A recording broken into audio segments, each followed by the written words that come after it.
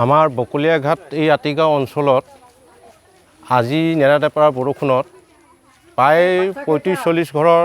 মানুহৰ গৃহত পানী ইতিমধ্যে এআঁঠুলৈকে সোমাইছে আৰু পানীটো আমাৰ টিককজানৰ যিটো পানী সেইটো পানীও বাঢ়ি আছে। আমি ইতিমধ্যে ছাৰ্ভে কৰি থকা হৈছে আৰু আমাৰ ইতিমধ্যে বিভাগীয় কৰ্তৃপক্ষ আমাৰ চাৰ্কল অফিচৰ পৰা আমাৰ লাট মণ্ডলৰ সৈতে বাম পীড়িত যিজন ইনচাৰ্জ আছে তেখেতসকল আমাৰ ইয়ালৈ আহি আছে বুলি তেখেতে আমাক ফোন জনাইছে আৰু তেখেতো আহি আছে আৰু ইয়াত যিখিনি আমি বিষয়ববীয়া আছে আমাৰ ৪ নম্বৰ এই ৱাৰ্ডৰ কমিশ্যনাৰে হওক বা বিভিন্নজন বিষয়া আমাৰ ইতিমধ্যে প্ৰশাসনিক বিষয়াই হওক তেখেতসকলে ইতিমধ্যে পৰ্যবেক্ষণ কৰিছে আৰু আমিও বৰ্তমানে গাঁওবুঢ়া হিচাপে এতিয়া পৰ্যবেক্ষণ কৰি আমি ঘৰে ঘৰে চাই আছোঁ কুৱাৰ কেনেকুৱা অসুবিধা হৈছে এইখিনি পৰ্যবেক্ষণ কৰি আছোঁ আৰু নিশ্চয় এই বানপানীটো আমাৰ এই বছৰহে বেছিকৈ হৈছে। এনেই প্ৰায় আহে এই ২৪ ঘণ্টা বা ১০ ঘণ্টা থাকে ওলাই যায়গৈ, কিন্তু এইবাৰ পানীটো ধাৰাসাৰ হোৱাৰ কাৰণে ভিতৰলৈকে সোমাই গৈছে। আনবাৰ ইমান নোসোমাইছিলে, কিন্তু এইবাৰ তেখেতক সকলো ঘৰৰ ভিতৰত পানী এআঁঠুলৈকে সোমাইছে আৰু কিছুমানৰ খোৱা বোৱাৰ কাৰণে অলপ অসুবিধা হৈছে, যিহেতু ৰন্ধন বহন কৰাত অসুবিধা হৈছে। আমাৰ ইয়াত এতিয়া আমি যিমান চিনি পাইছোঁ ৩৫ ঘৰলৈকেতো ভিতৰত পানী সোমাইছে, কিন্তু ৩৫ ঘৰৰ অধিক মানুহ পানীৰ হেৰিতে বসবাস কৰি আছে বৰ্তমান।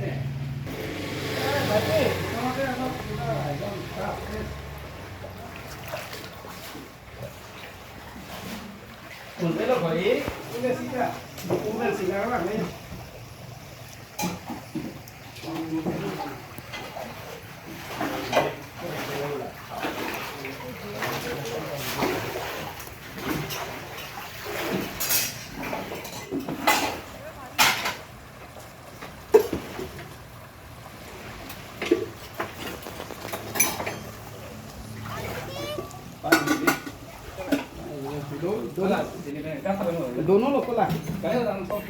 खाली मोलेट से है